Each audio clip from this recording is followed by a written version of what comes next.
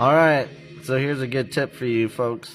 You center punch the hole on your broken stud, drill it straight, use a small drill bit to drill about 1/8 of an inch or 1/4 inch down. Really, it doesn't matter as long as it's at least a 1/16 of an inch. Then what you do is you step up to a bigger drill bit. And the idea is for the big drill bit to catch, and it must be a left-hand drill bit. So, go ahead and hold back.